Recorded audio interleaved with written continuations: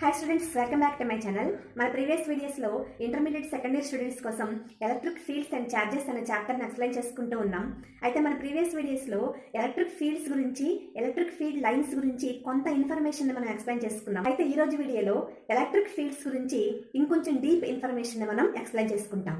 So electric field అంటే ఏం లేదు, electric field is an aura of a charge. Aura అంటే ఏం లేదు, మన మనిషి చుట్టూతా కూడా ఉంటుంది. ఒక మనిషికి తన చుట్టూ కొంత మేరకు ఒక పాజిటివ్ ఎనర్జీ ఉంటుందన్నమాట.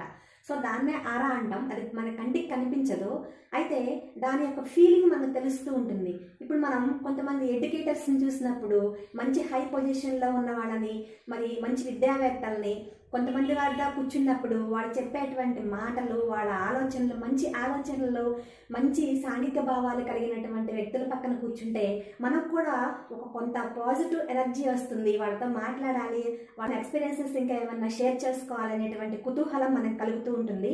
సో దాన్ని మనం ఆరా అంటాం. అంటే ఒక మనిషి చుట్టూ ఉండేటువంటి పాజిటివ్ వైబ్రేషన్ని ఆరా అంటాం.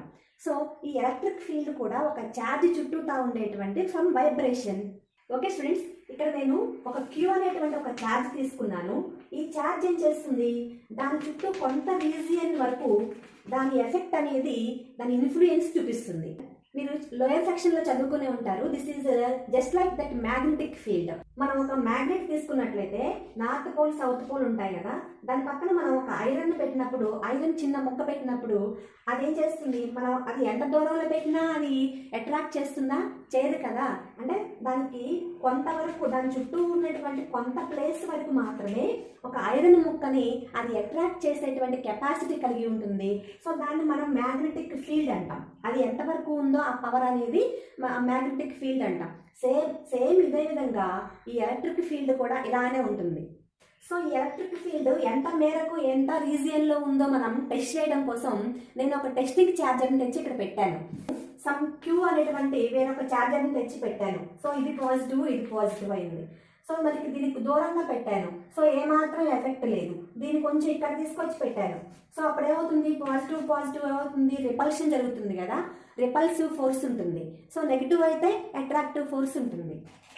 అంటే ఈ ఛార్జర్ని, సో ఈ ఫస్ట్ ఛార్జరు రిపల్సివ్ అంటే వికర్షణ కానీ ఆకర్షణ కానీ జరిగేటటువంటి ప్లేస్ని మనం ఎలక్ట్రిక్ ఫీల్డ్ అంటాం.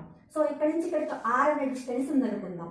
సో ఇక్కడ ఈ ఆర్ డిస్టెన్స్లో పెడితే అదేమైంది, రిపల్సివ్ ఫోర్స్ అయింది, తోసేసింది. అంటే పాజిటివ్ కాబట్టి. నెగిటివ్ అయితే అట్రాక్ట్ చేసుకుంటుంది. ఒక ఫార్ములా ఉంది, E=F/Q. సో ఇక్కడ ఏమైంది, force per test charge is nothing but electric field.